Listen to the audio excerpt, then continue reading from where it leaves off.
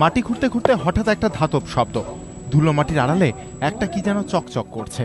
যা চকচক করে তা সবই তো আর সোনা হয় না। ধোঁয়াশার ধুলো সরিয়ে কিন্তু দেখা গেল এ তো সত্যি সত্যিই সোনা। সাধু শোভন সরকার উত্তরপ্রদেশের ডোরিয়াখেরা গ্রামে গুপ্তধনের স্বপ্ন দেখার পর থেকেই এরকম স্বপ্ন দেখতে শুরু করেছেন গ্রামবাসীরাও।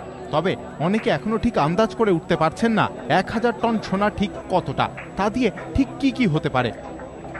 বর্তমান বাজার মূল্যে 10 গ্রাম সোনার দাম 30,000 টাকা, 1 কিলো সোনার দাম 30 লক্ষ টাকা, 1 টন মানে 1000 কিলো সোনা। সেই অনুযায়ী 1 টন সোনার দাম 300 কোটি টাকা। কিন্তু সাধু স্বপ্নে দেখেছেন মাটির নিচে রয়েছে 1000 টন সোনা। 1000 টন সোনার দাম এখন 3 লক্ষ কোটি টাকা, অর্থাৎ 3-এর পর 12টা শূন্য।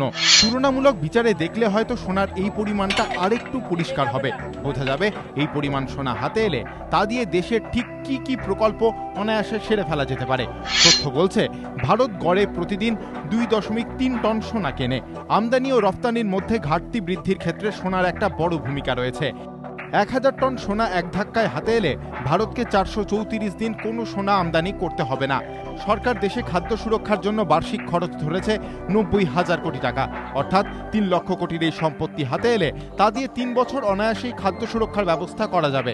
রিজার্ভ ব্যাংকে রয়েছে 550 টন সোনা, অর্থাৎ সাধুর দাবি অনুযায়ী রাজার গুপ্তধনের পরিমাণটা ভারতীয় রিজার্ভ ব্যাংকের ভান্ডারের প্রায় দ্বিগুণ। সোনার ভান্ডারের দিক থেকে ভারতীয় রিজার্ভ ব্যাংক বিশ্বে 11তম স্থানে রয়েছে। সাধুর গুপ্তধনের স্বপ্ন সত্যি হলে ভারত এক ধাক্কায় উঠে আসবে 8ম স্থানে।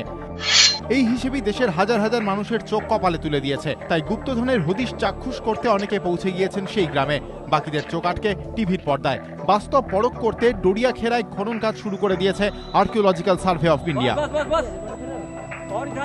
এবিপি আনন্দ।